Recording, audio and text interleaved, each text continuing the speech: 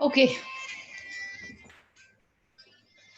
so welcome everybody. Good evening and a very, very warm welcome to the Flow family and the friends who have joined us here today. I'm Shruti Mittal, chairperson of Flow Bangalore chapter. These are extraordinary times, and the power of the human mind truly amazes me. I'm so grateful to have technology to keep us connected and help us successfully conduct a 10-day declutter workshop spearheaded by Gayatri Gandhi. Thank you all for tuning in for today's special session. We are privileged to have Flow National President Harjinder Kaur Talwar in the house today. Harjinder has been a dynamic and inspirational leader. She has fostered team spirit among all chapters pan India and is leading from the front during these trying times. Harjinder, thank you so much for joining us. May I please invite you to say a few words? Thank you, Shruti. Uh, Thank you. You're such a sweetheart. This team, Bangalore, is such a lovely and vibrant team for me. Joshua, welcome to India. In a way, I'm saying namaste to you from India, and that's the way forward the world has to go. And we've taught the world that namaste is the way to go. Uh, let me tell you about what Wiki Flow is, Joshua. But let me tell you that we're so excited knowing about you since morning. When Shruti told me that you'll be coming, and this is the first time you are addressing Indian audience, we said, "Wow, this is great. This is wonderful." And let me also tell you that we are equally excited to see you here. Thank We you. love you here. Okay, so to tell you about Fiki Ladies Organization, Joshua, we are the business women organization with the business chambers for women in this country. In fact, in Southeast Asia, and we're the only chamber for commerce for women in Southeast Asia. And we are present in 16 states, 16 provinces in India, where we have chapters. Bangalore is one of them. Head offices, of course, in Delhi. And all of us were really thinking in March, what is it that we are going to do? Because we were sitting in the last quarter of our year, and we were in a way closing the year. But suddenly this lockdown was announced, and none of us knew what to do. And we were really doing the things which were, we were meeting physically, we're doing programs physically. And within 10 days, I think all of us had geared ourselves for these online sessions, and here we are, we're doing something or other every day. And here you are also with us. And welcome once again to this session. Welcome, Bangalore team. I'm so excited to be here Thank you. amongst you. And here we start the session. Thank you, Shruti, for introducing me. Yeah. Thank you. Everyone following us here on Zoom, that's those who have done the workshop, please remember that you can send in questions for the speaker on the Zoom chat. And please do follow this YouTube channels for more such webinars. Thank you. And now, without further ado, I introduce our special guest for this evening. Every cloud has a silver lining. COVID times, though disturbing in many ways, has made the world smaller and enabled us to have such a speaker from across the oceans. This is his first time addressing an Indian audience, like Harjinder just told you. Joshua Becker is the Wall Street Journal and USA Today best-selling author of The Minimalist Home, The More of Less, Clutter Free with Kids, and Simplify. He is the founder and editor of Becoming Minimalist, a website dedicated to intentional living, visited by over 1 million readers every month and a social media following of over 1.5 million. Joshua and his young family were introduced to minimalization 9 years ago during a short conversation with their neighbor. Since then, Joshua's story and writing have inspired millions across the world to find more life by owning fewer possessions. Today, based on his thoughtful and intentional approach to minimalism, he is one of the leading voices and influencers in the modern simplicity movement. There's a lot more that he does, which I could go on about, but you could read that all on his bio. Let's use this time to listen to the man himself instead. Joshua, as my messages to you made amply clear, I'm very excited to have you with us today. Minimalism and its importance, especially in current times. The floor is all yours. Well, thank you so much, Shruti. Thank you for the invitation to all of the Flow ladies, the entire Fiki organization. Thank you for having me. I'm honored to get to be here today. It is morning time here in Phoenix, Arizona, USA, and it's evening where you are. Interesting times that we're living in for sure. I was able to speak to a group in Australia on Monday.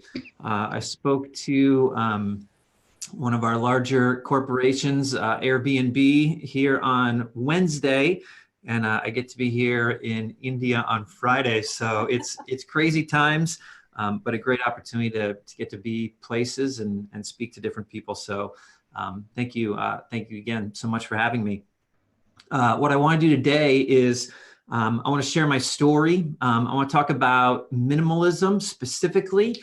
I write about minimalism. I write about the joy of owning less. And this has been my message for the last 10 years, that there is more joy to be found in owning less than we can ever find constantly pursuing and accumulating more.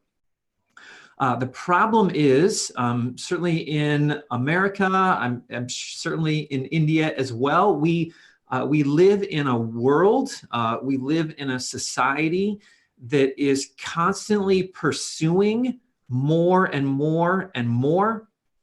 Advertisers and stores are constantly telling us that our lives will be better if we have more stuff. And even surprisingly, we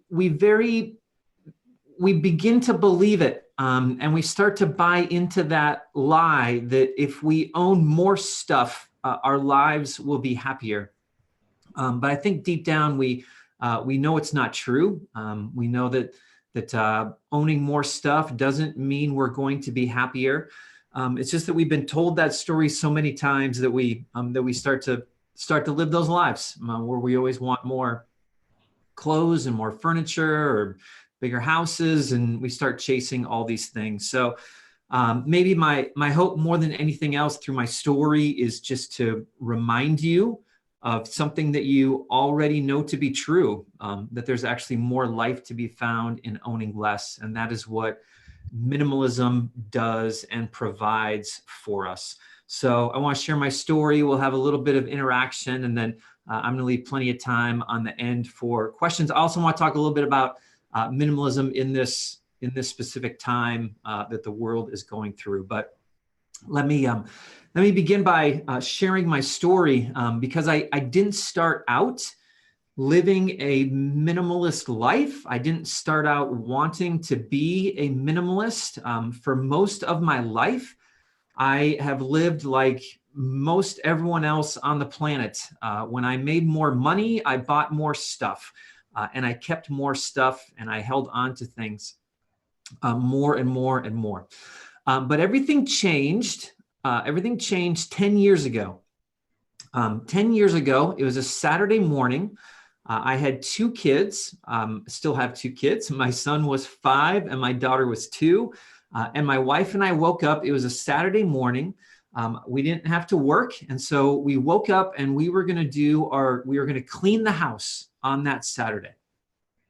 My wife was going to handle a bunch of the rooms, but I was going to handle a large storage area where a lot of our clutter and stuff just went. Actually, it was our garage.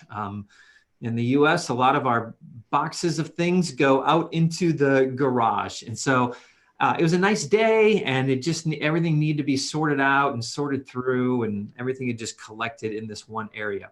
So I went outside to clean my garage.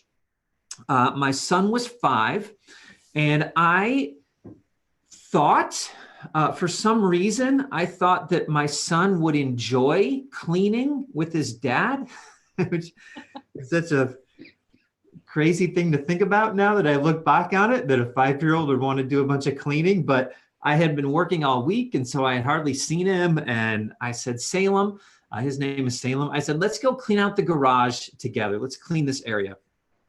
So we go, and Salem lasts about 1 minute. and he is done cleaning because he finds a bunch of his toys amongst all the clutter. And so the last thing he wants to do is help me clean anymore. And so he takes his toys and he goes in the backyard to play.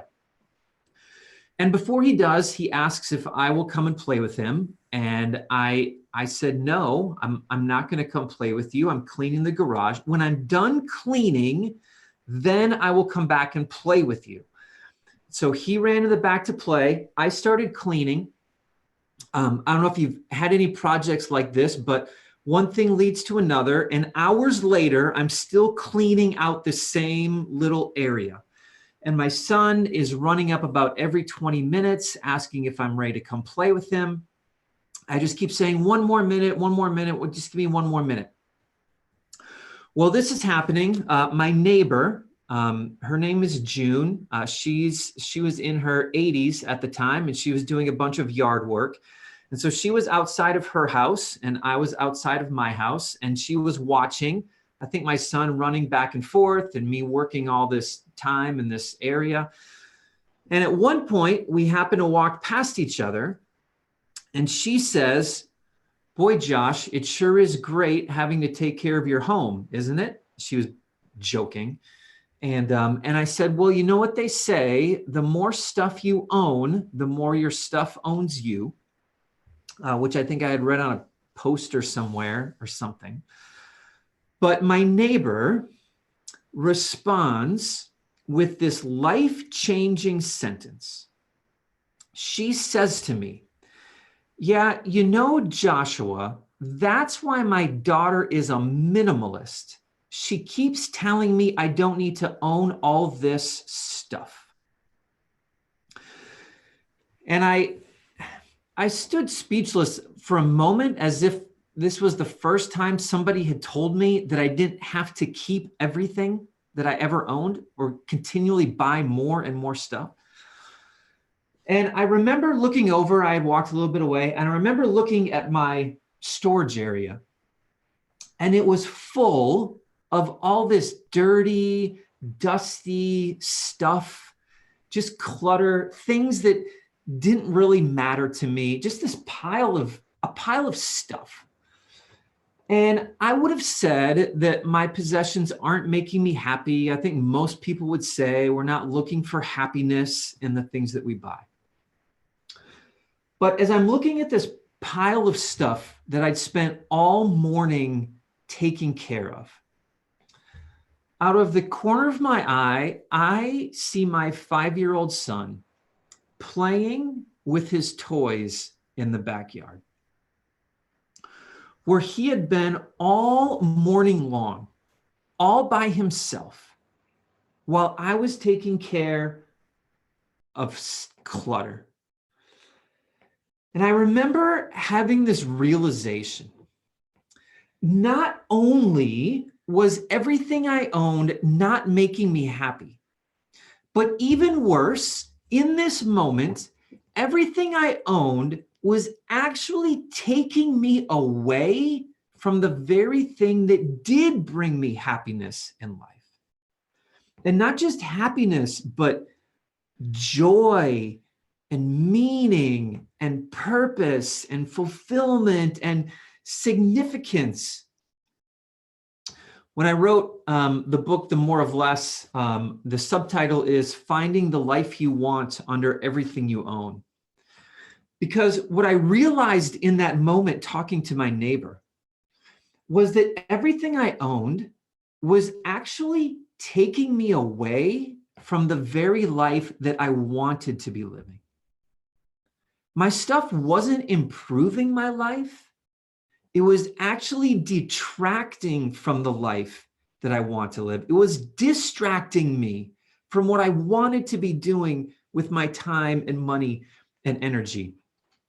And this forms the foundation, the basis for minimalism, which isn't new. It didn't start with me. Like, for hundreds and hundreds of years, thousands of years, religious leaders, philosophers, moral leaders, they've all been like, they live lives of intentional simplicity. And I ran inside and I found my wife, and I'm like, Kim, You'll never guess what June said. She said, we don't have to own this stuff anymore. And my wife had been cleaning the house all day with my 2-year-old pulling on her pant leg. And like, she understood it too. And she said, you know what? That sounds really good right about now. And so with that as the mindset, we began going through our home. We began getting rid of all the things that we didn't need. We got rid of 60 to 70% of our stuff. It took about 8 or 9 months to go through our home. It wasn't overnight, but we got rid of 60 to 70% of our things that we just didn't need to have. Well, as this was happening, I went online and I started trying to find other people who were living a minimalist life so I could learn from them or ask questions, find inspiration. And so I started looking up people online who were living a minimalist life. And I found a whole bunch of people all around the globe who have decided that they are going to own just the things that they need to own.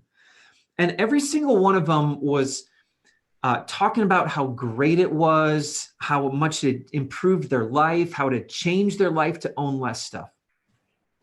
But what was interesting was everybody I read was doing minimalism a little bit differently. There was a young guy in his 20s, and everything he owned fit into a couple of backpacks, and he moved to a new country every 3 months. I read about a couple up in Portland, Oregon, so northwest side of the US, and they had a whole bunch of debt. And so what they did was they sold their home and they moved into a less than 200 square foot tiny home. And they owned just 100 things between them. Like they owned 2 cups and 2 plates and 2 forks.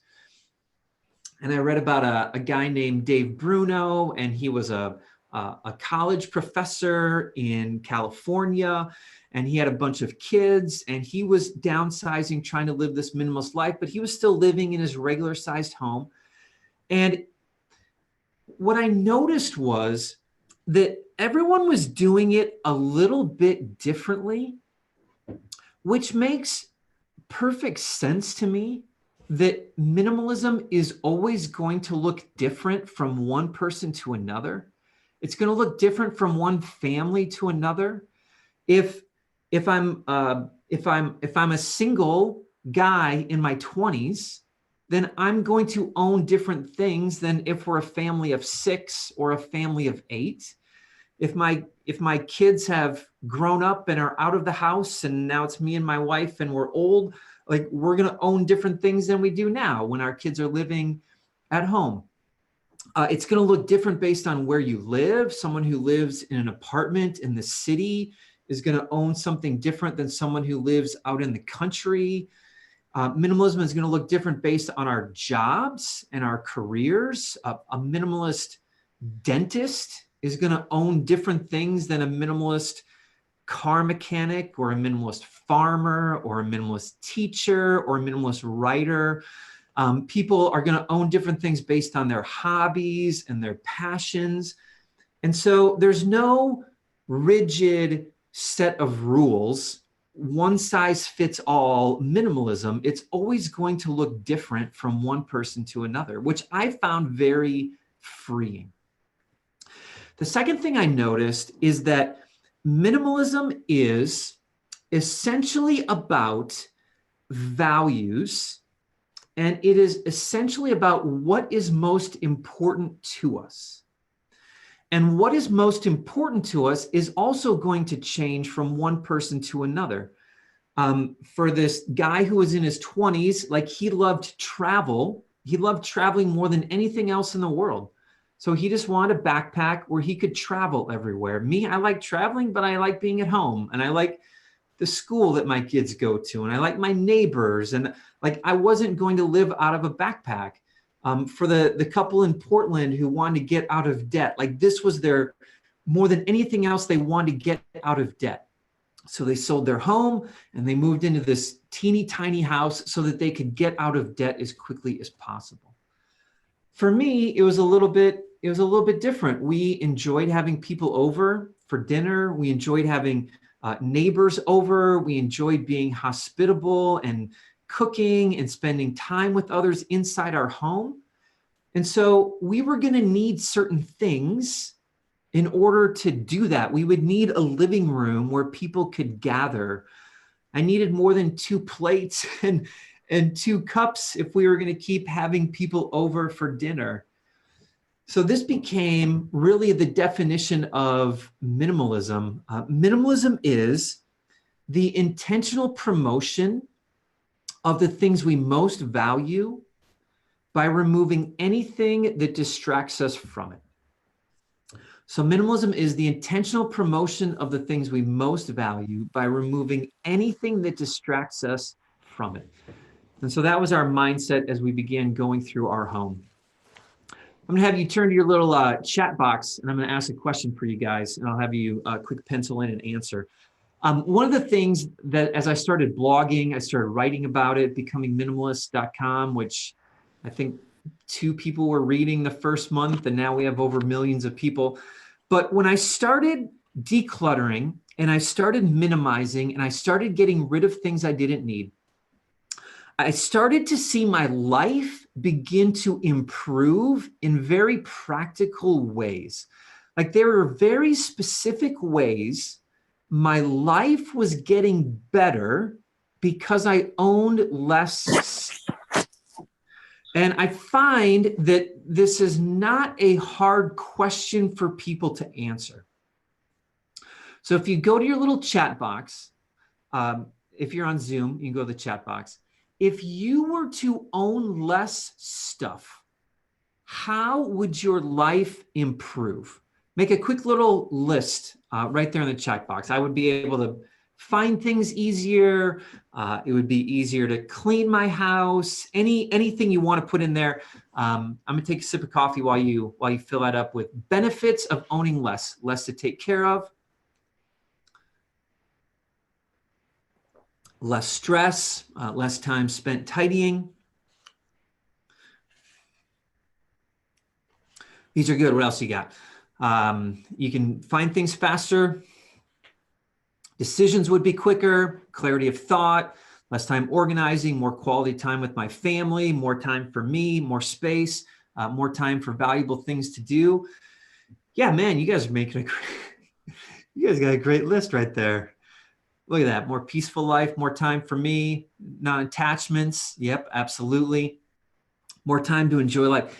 You got it. Like when I started noticing how my life was improving by owning less, I was surprised at all the practical ways my life was improving. Like some of the things that you've mentioned here. So I had less cleaning to do.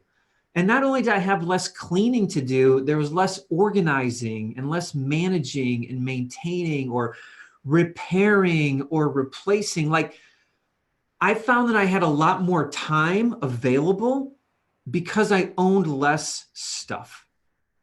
And we live such busy, hurried, rushed lives. Owning less stuff meant I had more time for whatever, more time for myself, more time for my family.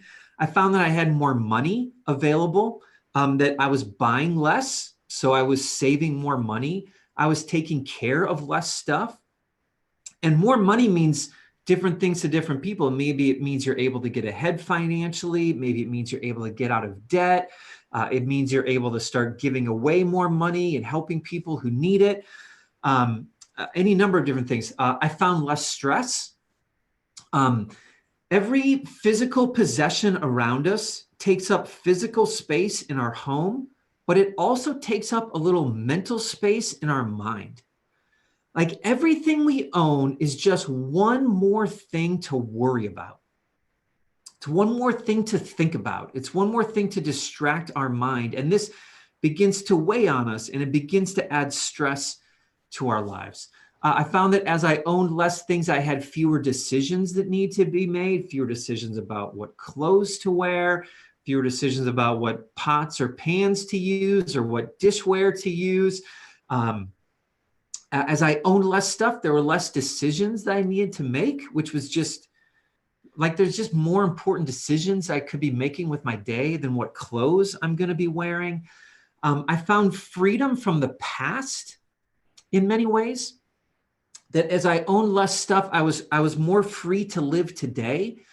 Like, different seasons of life require different possessions. When my kids were young and babies, I needed certain things when they were babies. But now that they're teenagers, I don't need the same things as when they were babies.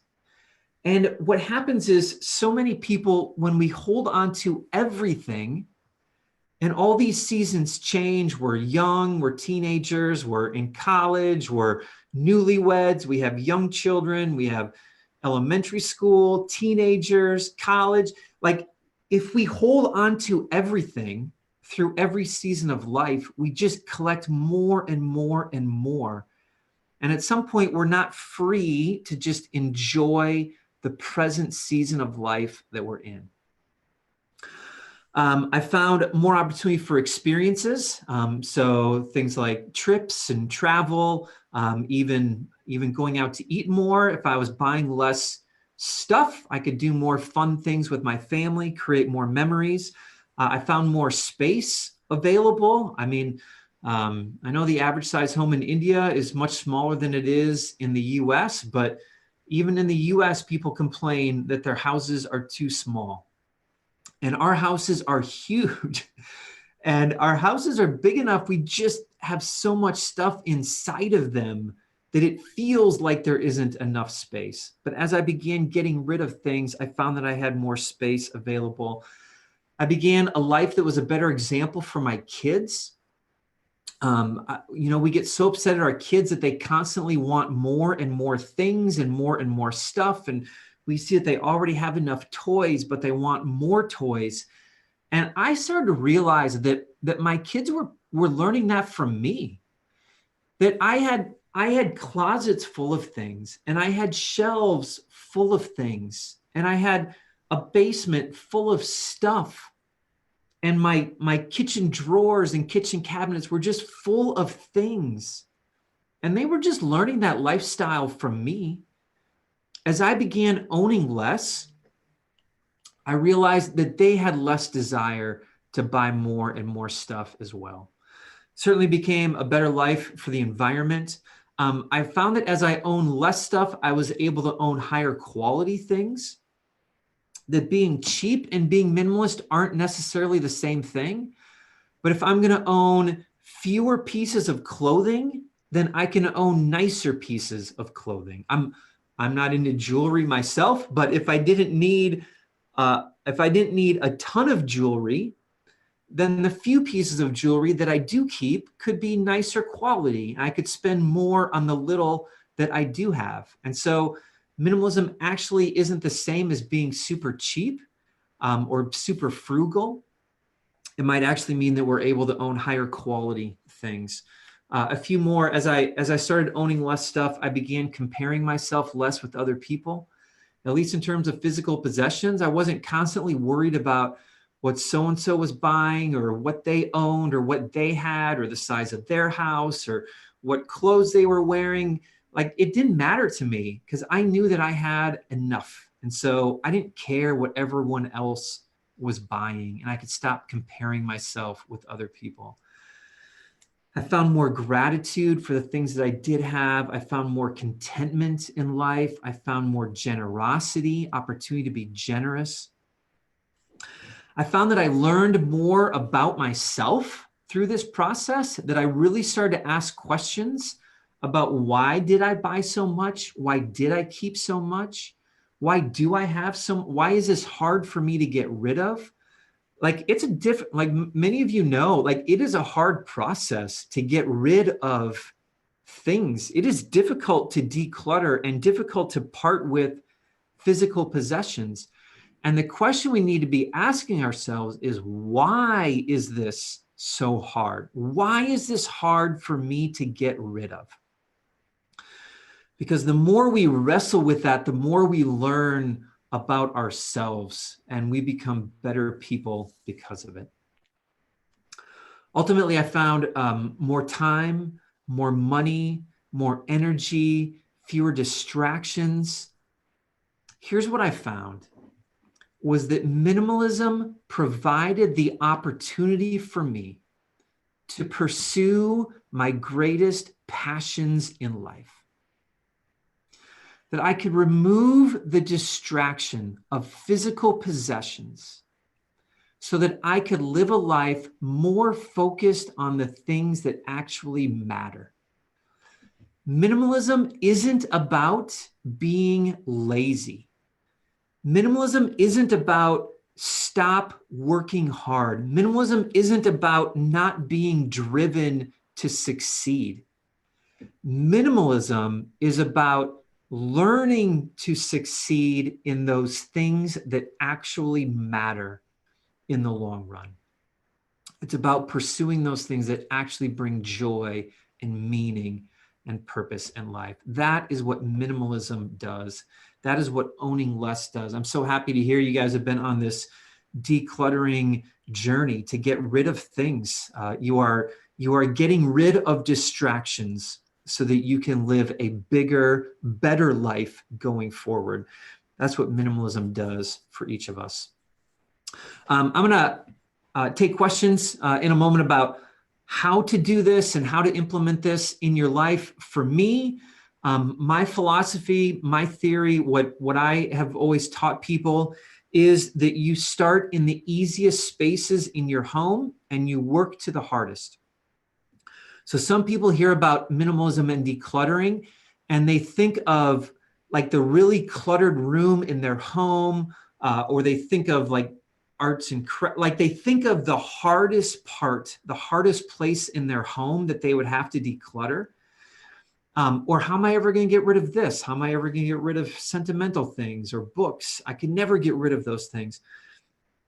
And I say, take a step back and don't go start in the hardest room for you to declutter.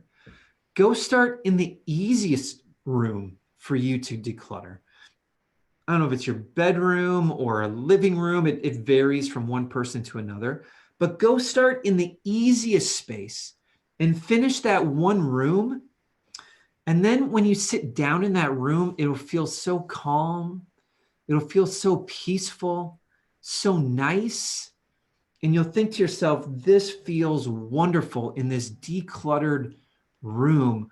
Where else can I have this feeling? And then go do the next room, the next easiest room. And eventually you'll get to that really cluttered room.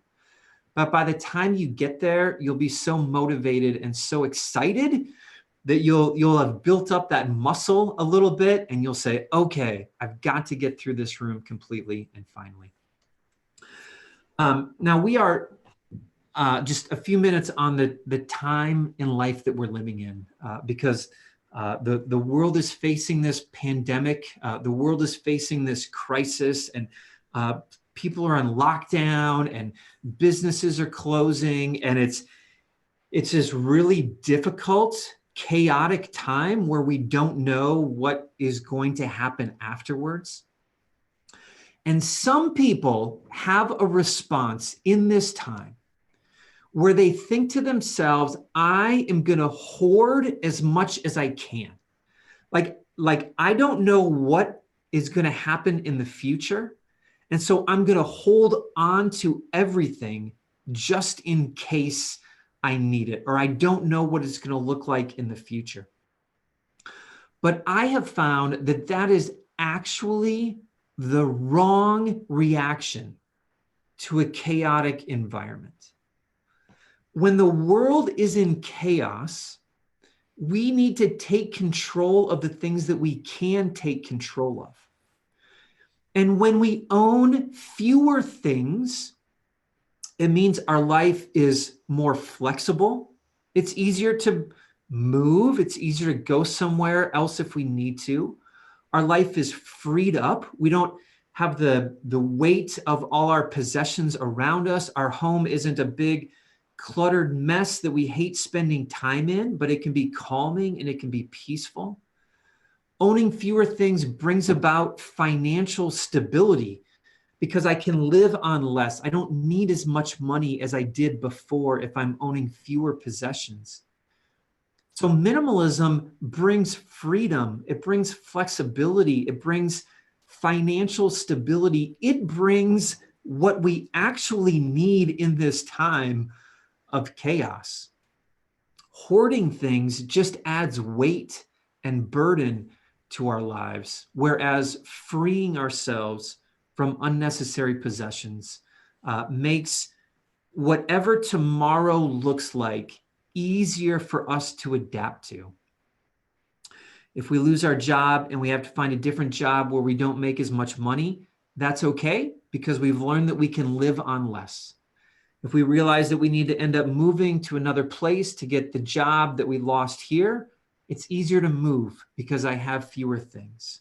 Our kids are able to see that they don't need everything in order to succeed in life. And so I think this is an important time, and certainly there's limitations about where you can donate stuff during this time. But I think now is the time to be releasing ourselves from unneeded possessions rather than trying to hoard onto more and more and more. So with that, I will take some questions and hang out for a bit longer.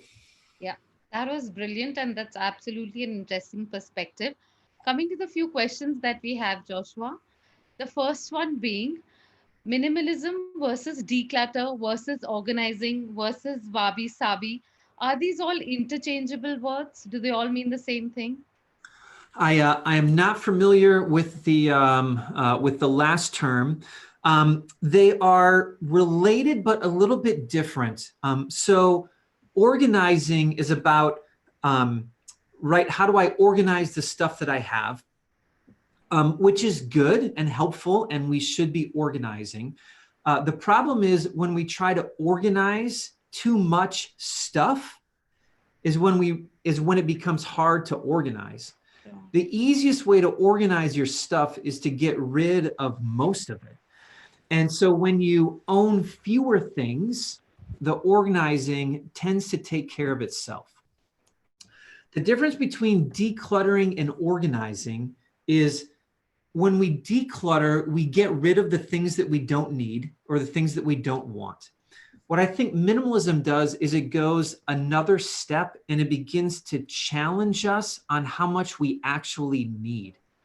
And so decluttering, I think, is getting rid of kind of this surface clutter. But minimalism says, hey, if I get rid of even more, will my life improve in other ways that I haven't even considered? And so I think it pushes us a little bit more to question how much we actually need going forward and challenge some of our assumptions. Thank you. The next one being, what are some problems with owning too much that we might not even notice or be aware of? I am pretty convinced that most people do not realize the burden that their possessions have become until you begin to remove them. And so we've collected all this stuff. We've lived what seems normal because everyone else is living the exact same way. And we don't even realize how much time and energy and money and stress all those possessions are weighing on us because it just feels normal. But what happens is when we start to get rid of things, we start to realize, hey, it's a lot easier to clean my house than I ever thought. Hey, I have a lot more time to spend with my family than I ever thought. I have more time to invest in my business than I ever thought I did. I'm able to accomplish far more than I thought I could accomplish once I rid myself of the burden of unnecessary possessions. And so I don't know if I have a specific what we haven't thought of. It's just in almost every way, I don't think we realize the burden that our possessions have become until we start to remove them. The next one, does technology make minimalism easier or harder? Yes, technology makes minimalism so much easier. Again, some misconceive minimalism as against advancement or against technology, and like completely opposite. Like in my phone today, I can have books and movies and music and photos and maps and credit cards and like everything I can have now in one little phone. I don't need to own all of the physical Everything. possessions anymore. And technology makes sharing things a lot easier, sharing cars, like the whole sharing economy of cars and places to stay. And even some places share toys and share clothes and share tools. And so technology makes minimalism far easier today than it ever did. Now, technology can still become a distraction, right? Like we can still be buying a bunch of technological tools and gadgets that aren't improving our life and are actually distracting us from accomplishing things in our life. But that's a probably different Yeah. conversation that we need to be kind of Okay. addressing. The next question: how will owning less stuff benefit my life? We always feel that with owning more, your life is enriched, and that's what you work hard for. So, how do you overcome that? Yeah, I think what we overcome is what we are working hard for.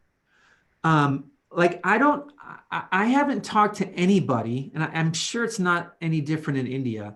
Like I've never talked to somebody and asked them, hey, what do you most want to accomplish in life? No one says, I just want to own as much clutter as I possibly can. Like, I just want as much stuff in my house as I can possibly get. Like, that's not how we answer that question. We talk about love, we talk about relationships, we talk about faith, we talk about making a difference in the world, we talk about solving problems. Like, this is what we deep down want our lives to be and what we want to do with our lives.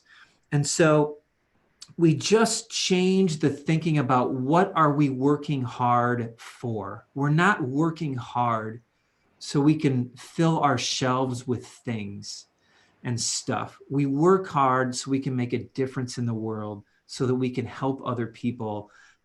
This is what we're working hard towards. And minimalism, owning less, actually allows us to do more of that and less of the things that don't matter in the long run. Sure. That's a good question. True. What are your suggestions on how to sort what's essential and from what's not? Another question that's added to this, I'll ask them both together because I think they have similar answers. Is one of our members writing that they follow the 6 month rule, which means that if they haven't used anything for 6 months, they decide it's time to let it go. So, is that a good policy, or is there any other better way to sort out? Yeah, no, I think that's a great policy. There's a lot of a lot of different ways and a lot of different things that you can do. Um, One big thing here in the U.S. is most people hang their clothes in the closet, and so if you take all your hangers and you hang them backwards, and then whenever you pull off an item to wear it, if you return the hanger in the right direction, after 3 or 6 months, you can see all the clothes that you never wore, that you never pulled out of your closet. That's a pretty popular thing that people do here. I think that probably the bigger answer, well, one thing that you can do is you can try removing things and see, you can try experimenting with less in certain ways. And so if you were to take your clothes, for example, you could pretty easily take a third of your clothes. Well, I shouldn't say pretty easily. A lot of people, you could take a third of your clothes out of your closet, the third that you don't like, or maybe even try half of your clothes and put them in a different closet or put them in a box. You don't have to donate them. Like just put them in a box and put them somewhere else and see see how life functions having half the clothes in your closet, because you might like it better. It's easier to pick out what to wear. Everything hanging in your closet is something that you could get rid of half of your shoes and see how life goes with half of your shoes, or the dishware in your kitchen, right? Like I'm not making the final decision that I'm donating all this stuff. I'm just going to put it in a box. I'm going to put it away for a little while and see if my life functions just as fine with fewer things in it. we need far less than we think we need. And I was challenged pretty early on. I read an article about towels, and the article said that each person in the home only needs 2 towels. She said you need one towel in your one towel that you're using and one towel that's in the laundry.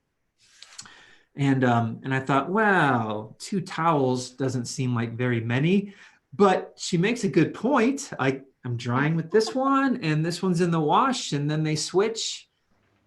And then I went to my closet and there were like 20 towels in my closet. And I said, even if I didn't go down to owning just 2 towels, certainly I don't need 20. Like, certainly I can get rid of some of these and keep just my favorites.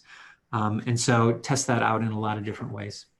You got it right with so many women in the room with you. Clothes, shoes, you're getting it absolutely right. These are the things we find the most difficult to get rid of. Wonderful. Coming to our next question, what has been the hardest possession you had to get rid of? Were you successful in doing it? And what are the other most difficult challenges you faced while becoming a minimalist? So, so it looks very different from one person to another. Like I've just in conversations, and you know this to be true. There are some people who really struggle to get rid of books. There are some people who struggle to get rid of arts and crafts and yarn, and there are people who struggle to get rid of greeting cards, and there are people who struggle to get rid of tools or camping gear. Like it really looks different from one person to another. Your personal hardest challenge? For me, the hardest thing, I didn't have a hard time with too much stuff. Books was pretty difficult for me. The one thing that ended up being the hardest overall is that we did end up moving into a smaller house. And it wasn't because I was afraid to move into a smaller house. It was just a pretty big commitment and a pretty big move to have to do that. So that was the one thing that I wanted to get rid of our bigger house and move into something smaller. And it just took a long time to get there, probably longer than I would have liked. Brilliant. Which is a big one. That's the next one then. How does one deal with feelings of FOMO when you drastically cut down on non-essentials and luxury products? Yeah, I have found that we again we just changed the question, and the question is, what am I missing out on? I own fewer things than I used to, and so I suppose I miss out on having a closet full of clothes or a shelving full of I miss out on having drawers that I can't find the thing that I'm looking for. Like, certainly I miss out on having some of those things, but what I've gotten instead is far better, like able to go on trips with my family and able to accomplish more at work. And so I think you just turn the question around, and it's not, what am I missing out on by owning fewer things? You can say, what am I missing out on because I'm holding on to all this stuff? Because we're missing out on even more fulfilling pursuits and more enjoyable experiences by owning stuff. I'm missing out on having free evenings to spend. I missed out on a Saturday morning of playing with my son because I had kept all this stuff in my house. And I would much rather miss out on having a cluttered garage and able to spend more time with my son. Brilliant. Joshua, time for 2 last questions. Okay. This one is that, so does that mean that spending on memories, it's not about spending like you said, right? So spending on memories and spending on something, an experience is okay versus spending on physical wants? Is that the correlation? Yeah, I think so. Well, what minimalism does is it means I'm going to spend less money on physical possessions. And so I have more money and more time and more energy to spend on something else. And people are going to define that differently. Some people are going to say, I'm going to buy less stuff and I'm going to spend it more on trips and experiences. Some people might say, I'm going to spend less on physical possessions and so I can give more to charity. So I can give more to commit more time in my spirituality or religion, whatever it might be. I'm gonna spend less time taking care of things so I can go on longer walks, right? So I'm gonna spend less money on stuff so I can spend more money on other things.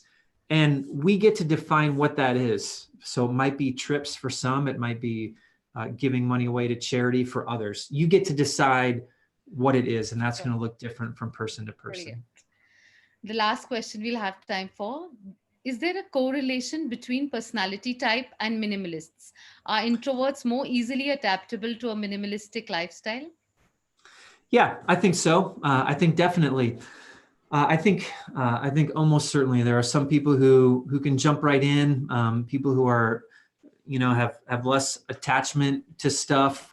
People who are more adapt to change. If this is a change in lifestyle, they're certainly able to find it a little bit more. One very interesting one that I see is since it's primarily a group of women here. People who there are some women who loved motherhood, like they loved being a mom to their children, and their children may have grown, have left the house, or their children aren't babies, they aren't little kids anymore, but they loved that stage of life so much that they keep a lot of the things from it. And so there's still boxes of kids' toys and boxes of kids' clothing. And sometimes the season of life that we go through, if we went through a really stressful time and grew up in poverty when we were children, then we may be wanting to hold on to things a little tighter than if we didn't. If we grew up in a home full of insecurity, then maybe we're holding on to things a little bit more to try to find security. So I think that there are a lot of different personality and life experiences that shape our view of possessions. But I think that everyone can benefit from owning less. I think that there's little benefit to owning a whole bunch of stuff that we don't need, and there are countless positive things that happen in our lives when we get rid of things that we don't need, including being able to help people in need all around us. Yeah. I mean, in my country, in your country, like there are people all over who, like those boxes of things in your closet, like they could be used today. Like there are women who need the clothing that's in your closet, and we kind of hold on to that stuff ourselves. Meanwhile, there's someone probably right down the street who desperately needs the very thing that we're holding on to. Brilliant. And this one says, Clutter Free App seems to be amazing. Unluckily, still not available for download in our country. When can we expect that? Yeah, you know what? I just I was told that it was going to be set worldwide this week, but I just logged in yesterday morning and saw that it had not been released worldwide. Yeah. So I just turned it on about an hour ago, and I think it takes a little while, I think, to propagate to all the different countries. But I would keep an eye. So yeah, the Clutter Free app came out just about 3 weeks ago, and it's great. It looks fabulous. It gives you customized. options on how the area can be set right and stuff like that. So it's Yeah, absolutely you personalized. literally put your home into the app, and it spits back a personalized plan to go through your home to own less stuff, and Brilliant. lets you take pictures and track progress and everything. Clutterfree.com. And I think that those links will take you to the appropriate place. So it should be available. I would think.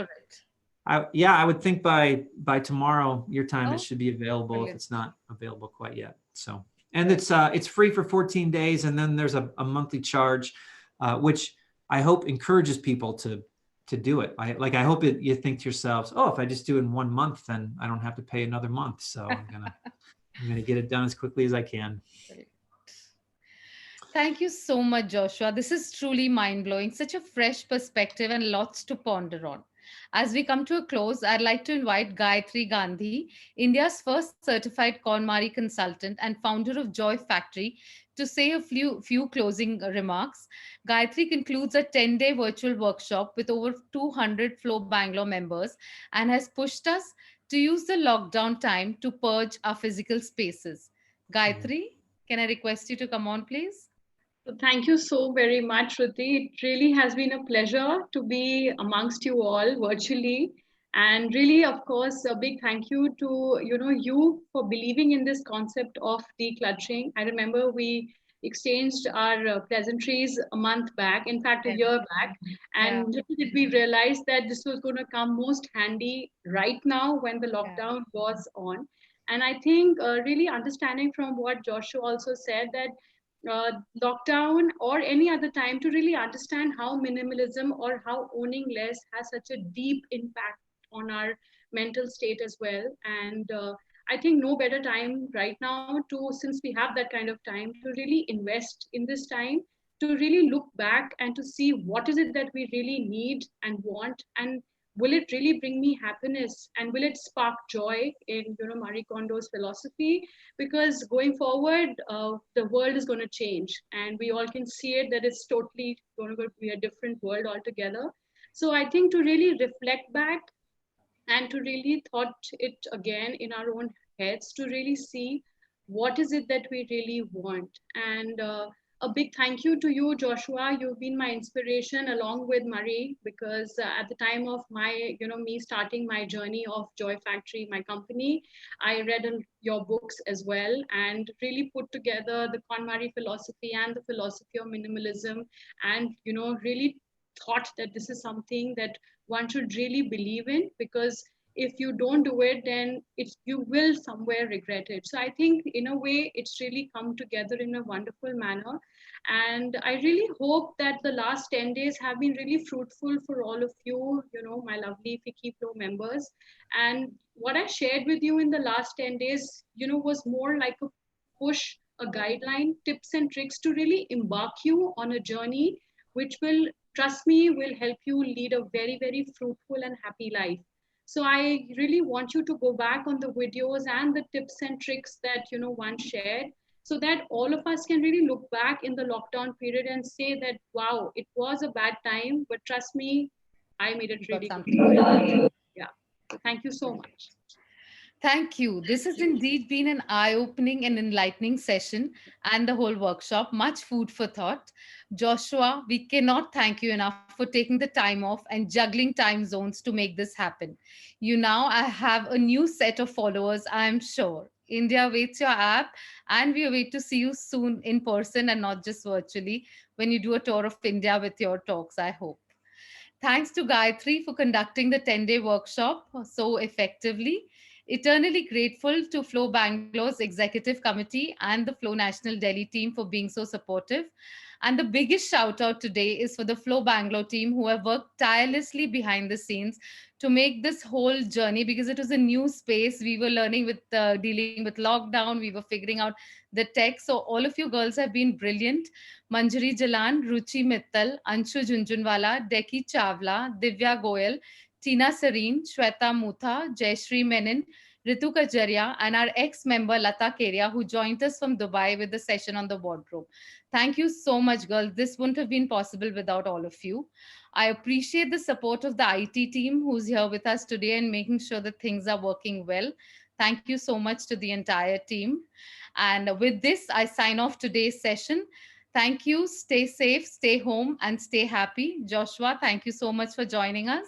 Thank you, Gayatri. Thank you, all of you. See Thank you you. and good night. Good night. Bye. Bye. Thank Bye. you.